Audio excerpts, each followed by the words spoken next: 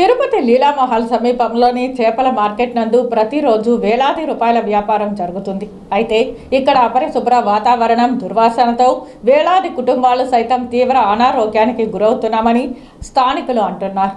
మీరు ఇక్కడ చూస్తున్న దృశ్యాలు తిరుపతి లీలామహల్ రోడ్ మున్సిపల్ చేపల మార్కెట్వి. ఈ రోడ్డు మార్గం నుంచి ప్రతిరోజు ఎంతో మంది వీఐపీలు వెళుతుంటారు. ఈ చేపల మార్కెట్ ఆనుకొని Madhuranagar, Shankar colony, scavengers colony మరియు యానాది కాలనీలు ఉన్నాయి. వీటిలో 7,500 కుటుంబాలు నివసిస్తున్నాయి. వారిలో నగరపాలక సంస్థలో ప్రధానంగా పారిశుద్ధ్య మరియు వివిధ కార్మిక కుటుంబాలు ఉన్నాయి.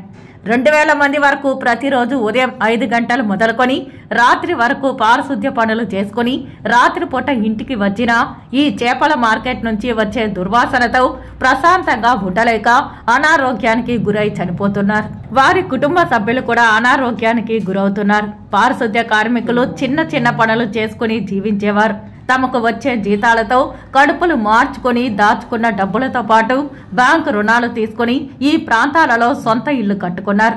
అపరిశుభ్ర వాతావరణంతో అంటువ్యాధులు ప్రబలి సంతోషంగా గడపలేకపోతున్నారు. ఈ చేపల మార్కెట్ వల్ల ఎలుకలు ఎక్కువగా వృద్ధి చెంది కట్టుకున్న ఇళ్లకు అడుగున పెద్ద పెద్ద రంధ్రాలతో పాటు మంచినీటి పైపులు, డ్రైనేజీ పైప్ లైన్లను పాడు చేసేసి నీరు కలుషితమై చాలా అధ్వానమైన దుస్థితిలో గడుపుతున్నారు.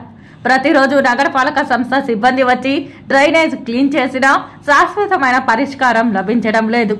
ఎలుకల వల్ల పూర్తిగా డ్రైనేజీ పైప్ లైన్లు, నీటి కొలాయి పైప్ లైన్లు పూర్తిగా పాడైపోయాయి. ఈ సంఘటనకు ఈ దారిన పోయే ఎంతో మంది వీఐపీలు, వీవీఐపీలతో పాటు అధికారులు మరియు ప్రజాప్రతినిధులు ఎవరు కానీ పట్టించుకున్న పాపాన లేదు.